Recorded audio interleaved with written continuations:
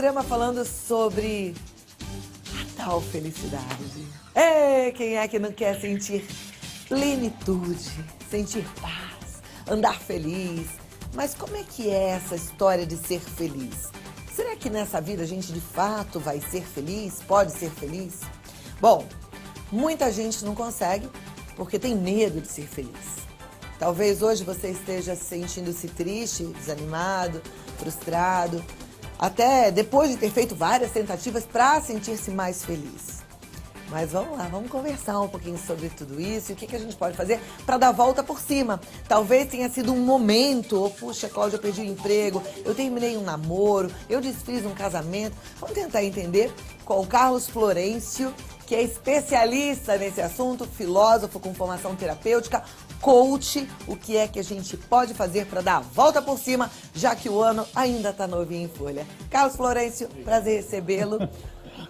Seja bem-vindo. Feliz ano novo, né? Para você também. Obrigado. Daqui a pouco a gente já vai ter que desejar bom carnaval, né? Mas por enquanto ainda dá para falar feliz ano novo. Isso. Bom, felicidade. Esse é um assunto bem delicado, né? Até porque tem gente que acha que a plena felicidade nesta vida não acontece. Acontece? Acontece. É bom saber que acontece. Resta saber como fazer para se sentir pleno, né? Se sentir pleno numa determinada situação ou na vida é quando você tira toda e qualquer expectativa de que alguma coisa vai preencher, vai sanar, vai resolver, vai trazer algo que você percebe dentro de você que é uma falta, que é um vazio, que é uma carência. Portanto, o estado de plenitude é: eu estou bem com tudo que faz parte da minha vida e tudo que faz parte da minha vida eu amo e aceito exatamente como é. Então, esse estado de plenitude, Cláudia, normalmente nós atingimos quando nós paramos de projetar que algo, alguma conquista ou alguém vai conseguir nos trazer essa felicidade, né? Porque quando ela está condicionada a ter algo, enquanto eu não tenho, eu sou infeliz. Então, ou seja, eu preciso encontrar uma pessoa para que eu seja feliz. Enquanto eu não encontrar essa pessoa, eu vou estar infeliz. Se eu quero encontrar alguém para ser feliz, significa que eu estou infeliz no estado em que eu estou. Portanto, eu não estou pleno. Agora, se eu estou feliz no estado que eu sou, independentemente de ter alguma coisa, então o outro passa a ser um ampliar desse sentimento que eu já despertei, que eu já conquistei.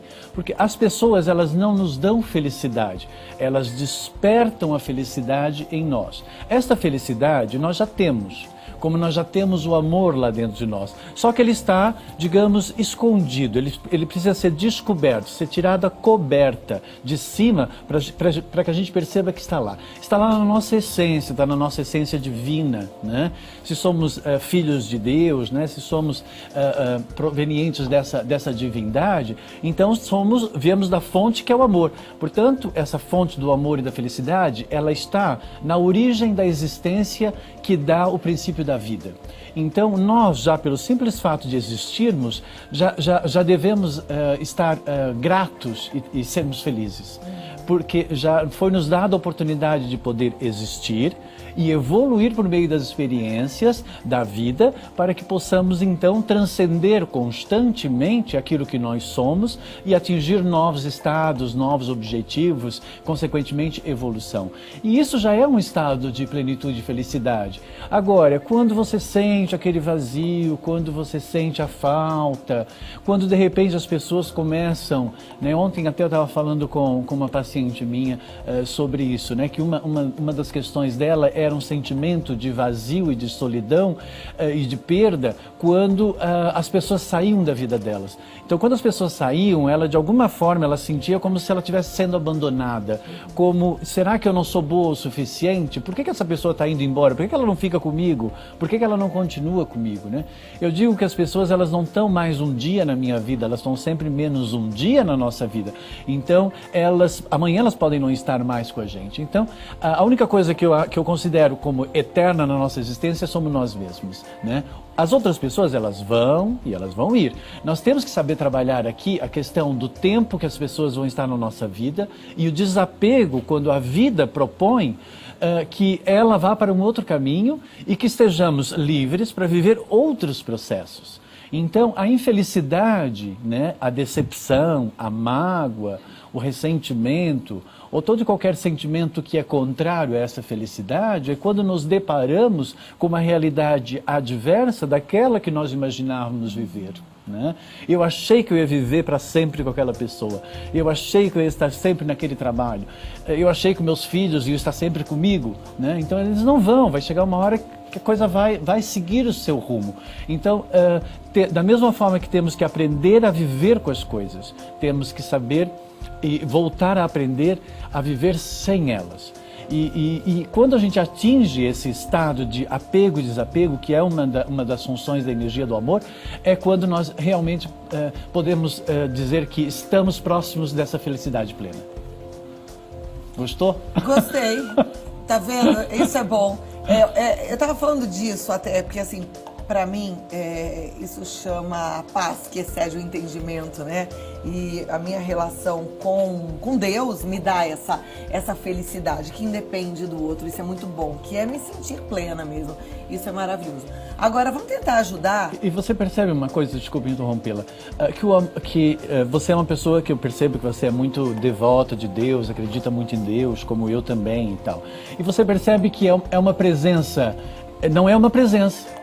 É uma energia, né, que a gente acredita, é uma energia que serve de inspiração para a gente. Ele não está ali presente como um corpo físico, ele não está ali preenchendo o vazio da nossa casa ou do que for, mas de alguma forma ele só em ter essa projeção nos dá uma plenitude. Ah, bom, preenche, exatamente. Né? Eu creio no Espírito Santo e ele preenche a minha alma. Por isso não precisa, né? Não precisa ter um ser ali, uma pessoa ali. Eu acho que você pode atingir isso por esse estado de graça, né? Por essa fonte, né? Agora isso eu também entendo que é muito pessoal, né? Eu acho que é busca, é a gente deixar o coração aberto, caminhar em direção a ter esse relacionamento pessoal com Deus, com o Espírito Santo, mas vamos falar de felicidade e de ajudar as pessoas que estão em casa com algumas chaves, algumas coisas que elas podem fazer, alguns passos que elas podem dar em direção a uma vida mais tranquila. Isso é possível de forma racional, né?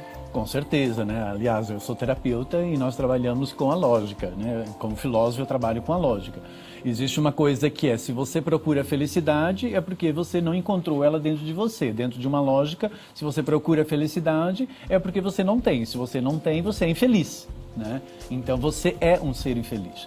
Então, eu quero ser feliz. Se eu quero ser feliz, portanto, eu estou dizendo para mim e para a vida que eu não estou feliz com aquilo que faz parte da minha vida.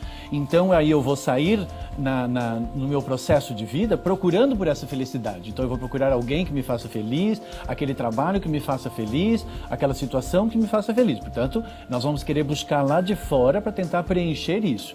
E, normalmente, a pessoa que sente esse vazio, que tem essa carência, que tem essa, entre aspas, deficiência em conseguir desenvolver essa habilidade de conseguir se sentir pleno e feliz pura e simplesmente pela sua própria existência e pelo seu processo, né, de aprender com a vida. Então, automaticamente, se ela projeta isso, ela vai ficar procurando sempre nos outros. Então, que não está no outro. Não está no outro, porque o outro é um despertar, que é o que eu falei, né? Portanto, os outros permitem com que a gente descubra aquilo que estava dormente em nós, portanto, é um despertar, e o outro é sempre uma expansão daquilo que eu sou. Porque se o outro for uma expansão da minha felicidade, quando o outro for embora, porque ele vai embora, né, eu vou continuar feliz com aquilo que eu sou. Então eu não vou ser infeliz. Então, quando depois de um relacionamento que você está feliz, você fica infeliz, é porque você não conseguiu manter essa felicidade, porque você dependia do outro para a sua felicidade. Se você depende do outro, você está preso. Se você está preso, você perde a liberdade. E se você perde a liberdade, você não vai conseguir andar sozinho. Então você vai querer se grudar em alguém. Então essa felicidade condicionada e dependente, ela é considerada como uma relação deficiente. porque não traz eficiência para a pessoa, porque ela fica dependente do outro. Então ela vai ficar infeliz quando ela perde o filho, ela vai ficar infeliz quando perde o trabalho, vai ficar infeliz quando perde o relacionamento. Por quê? Porque estava projetado sobre aquilo. E ela não vai conseguir se adaptar à realidade que propõe mudanças para atingir novos conhecimentos. Sempre é novos conhecimentos, que são novas felicidades. E é isso que a pessoa tem que estar sempre pronta para renovar, né? Porque a vida sempre está querendo que a gente se renove com as coisas. Agora, as pessoas que têm uma tendência de achar que quando algo sai da vida, elas perdem, então, se perdeu, se eu sinto que eu perdi aquilo, então por que eu perdi? Aí ela vai se sentir culpada. O que eu fiz para ter perdido aquele relacionamento? Por que aquela pessoa foi embora? Será que eu não me dediquei o suficiente? Será que eu não sou bom o suficiente, né? Enquanto companheiro, enquanto companheira? Será que eu não amei da forma correta? O que eu fiz de errado? Quando nós começamos a nos questionar, né, procurando algum defeito em nós, com certeza você vai encontrar algum defeito e quando encontrar, você vai se sentir culpado. E ao se sentir culpado, você vai se rejeitar. E consequentemente, isso com certeza, logicamente, vai te tirar do caminho da felicidade. Olha lá. Então não é pra gente fazer esse tipo de questionamento. O outro foi embora, e aí? Para eu não ficar feliz? Aonde é que eu fico? Aonde é que eu tenho que mexer? Qual é o caminho mental que eu tenho que percorrer? Eu amo porque ele chegou, eu amo porque a gente viveu um processo, e eu amo porque nós concluímos, e eu amo porque ele agora está livre para viver outros processos com outras pessoas, e eu também. Não significa que acabou a minha vida naquele momento. Não acabou a sua vida. Isso é um clique? Isso é uma prática? Isso é um clique para quem não é dependente, que não é viciado, que não quer ficar conectado com os outros para poder ser. Mas eu posso, por exemplo, praticar esse tipo de pensamento, que eu acredito mesmo que a nossa cabeça é tudo.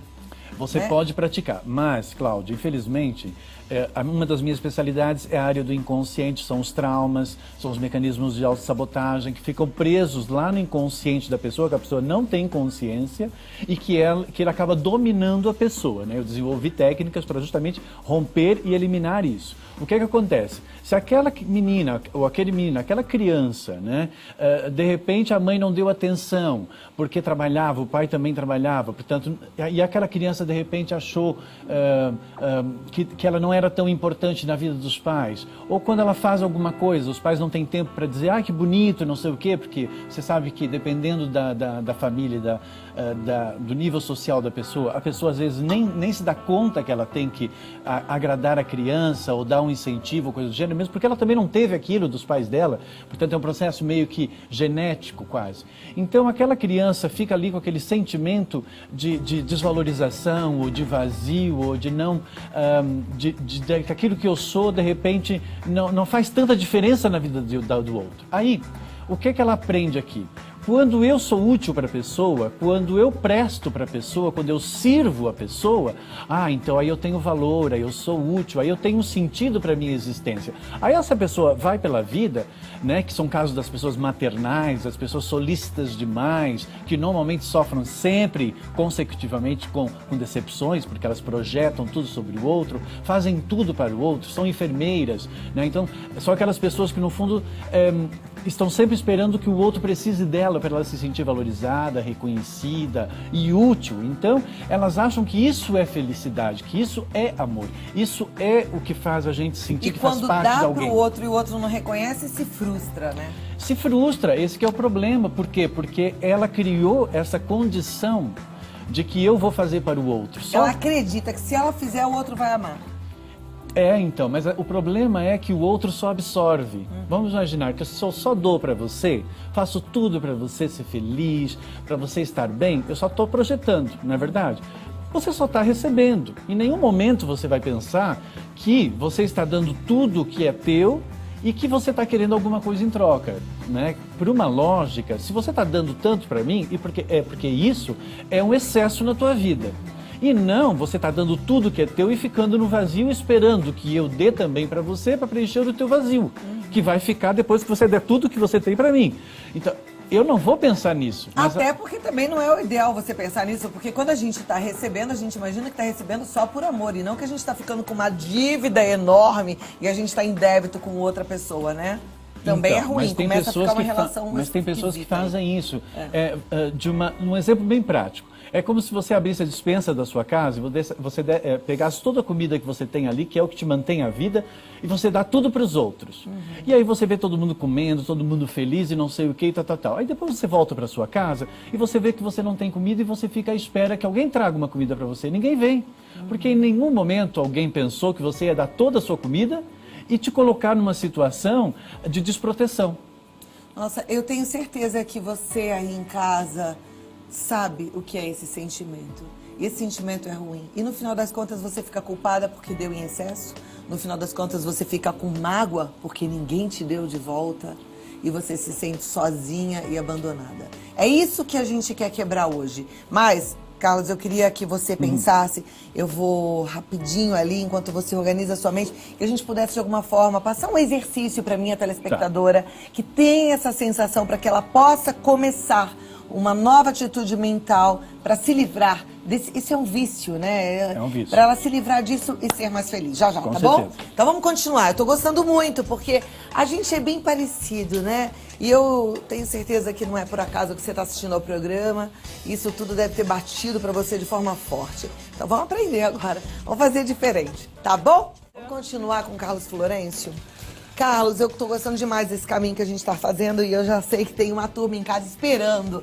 Então, um exercício mental que elas possam fazer para se livrar desse vício.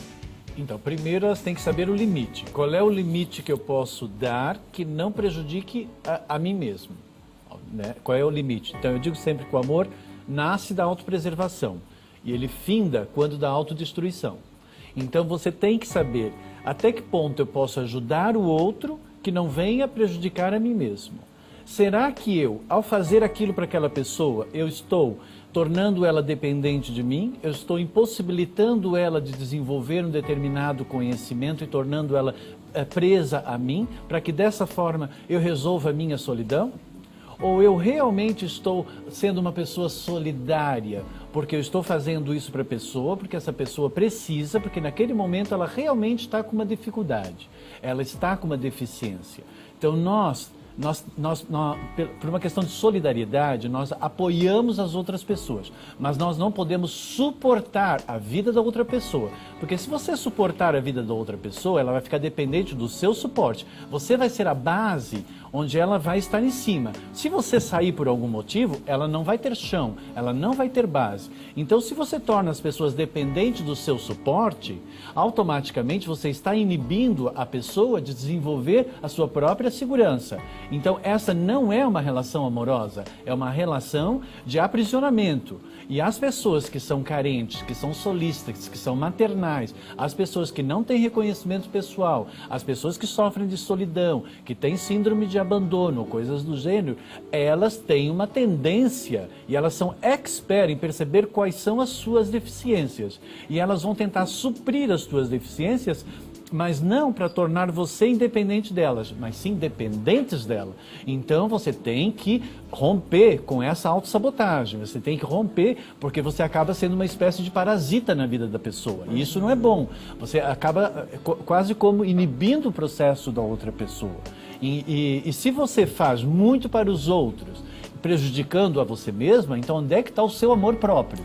Agora é interessante que quando você é desse jeito, e aí nos grupos de apoio a gente chama esse tipo de pessoa de uma pessoa codependente, né? E você é codependente, dependente emocional, você não observa que você está dando em excesso. Você acha que, não, mas é porque eu sou assim, é que eu faço, é que eu gosto mesmo, eu cuido. Mas aí agora você falando, Carlos, acho que é legal chamar atenção para isso. É bom você observar se o comportamento do outro é do jeito que você gostaria.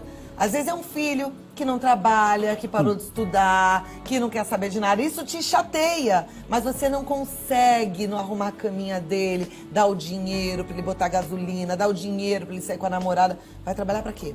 Outra coisa, quando a gente dá para o outro aquilo que o outro é capaz de fazer, de correr atrás por conta própria, a gente diminui o outro. A gente fala para o outro que ele é incapaz. E isso vai gerar também mágoa do outro para você. Aí você fala, nossa, mas é mesmo? Eu só dou amor e eu só tô recebendo patada. isso acontece mesmo. Acontece. Eu acho que assim, nessa questão que você falou dos filhos, eu acho que assim, os pais, eles são responsáveis pelo surgimento daquele filho. Eles são responsáveis por dar uma base de conhecimento para o filho. Mas o filho tem a identidade dele. Né? Se eles percebem que na identidade do filho, o filho está dependente, ele está tirando vantagem da situação para não adquirir a sua própria segurança e a sua própria independência, os pais, nesse momento, têm que saber se posicionar. Por quê? Por uma questão até de amor, porque vai chegar uma hora que você vai faltar na vida dessa pessoa. E quando você faltar, ele vai se grudar em quem? Ele vai ficar dependente de quem? Portanto, esse ser, ele não vai conseguir ser útil na vida. Todos nós temos que ser úteis, nós temos que trabalhar, temos que ter o nosso dinheiro, temos que fazer as nossas conquistas, para justamente a gente não ficar dependente do outro. Então, um tempo atrás eu vi num programa sobre questões, questão de você amar em demasia, né? Quando a gente ama demais. Né? Quando a gente ama essa pessoa que diz que ama demais, onde ela consegue prejudicar a si mesma, isso não é amor. Porque o amor nasce dessa autopreservação. Então, se eu amo demais os outros, mas esse meu amor me prejudica, isso não é amor. Isso é uma coisa ruim, negativa, autodestrutiva, que você tem dentro de você e que você tenta compensar em cima do outro, projetando para o outro e automaticamente para você tentar se sentir compensado nisso. Então, tem que tomar cuidado até que ponto... E aonde é que a gente vai mexer para acabar com isso? Então, isso são aqueles padrões que eu digo que está lá dentro das projeções da pessoa, com o seu vazio, né, com a sua sensação, né, de abandono, o que você tiver aí dentro de você. Então, você tem que, quando alguém pedir para você alguma coisa, se você está nesse tipo de relacionamento de dependência, que você percebe que a pessoa está dependente de você percebe que a pessoa só entra em contato quando ela quer que você faça alguma coisa para ela, e tudo que você faz para ela é sempre algo que é para suprir apenas ela e nunca para você, você tem que saber dizer não.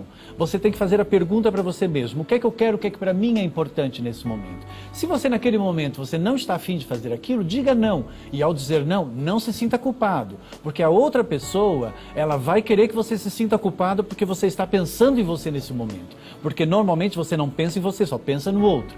Então, ela é o vício, é a droga e o drogado. Então você tem que romper com esse vício comportamental. Então você tem que dizer não, não pode se sentir culpado. Se for ajudar a pessoa, negocie a seu favor. Diga: ok, eu vou lhe levar no shopping, mas eu vou aproveitar e eu vou parar numa loja para comprar uma blusa para mim, uma bolsa para mim, e você vai me ajudar a escolher. Ou seja, a pessoa vai aprender que cada vez que ela faz um agrado, que você faz um agrado para ela, ela vai ter que fazer um agrado para você. Nem que você pare para tomar um café num lugar que você goste, tomar um sorvete. Então, ou seja, você tem que ter alguma coisa em troca que lhe satisfaça. Assim você aprende a negociar a sua felicidade e não apenas promover a felicidade para o outro. Muito bem, você vê que a gente começou falando de felicidade, esse é o nosso tema hoje, mas a gente resume, e aí eu quero te perguntar se pode ser resumido assim: a palavrinha não é uma grande geradora de felicidade. É o limite, porque assim, o não é você saber até que ponto que eu não estou prejudicando e não estou tornando o outro dependente de mim. Portanto, eu tenho que ter o meu limite, né? Senão, a outra pessoa, claro que ela vai querer ultrapassar esses limites. Os seres humanos, eles são egoístas, eles querem as coisas só para eles, há uma tendência natural. Então, a falta de limites traz infelicidade. Traz infelicidade, principalmente se você perde com isso.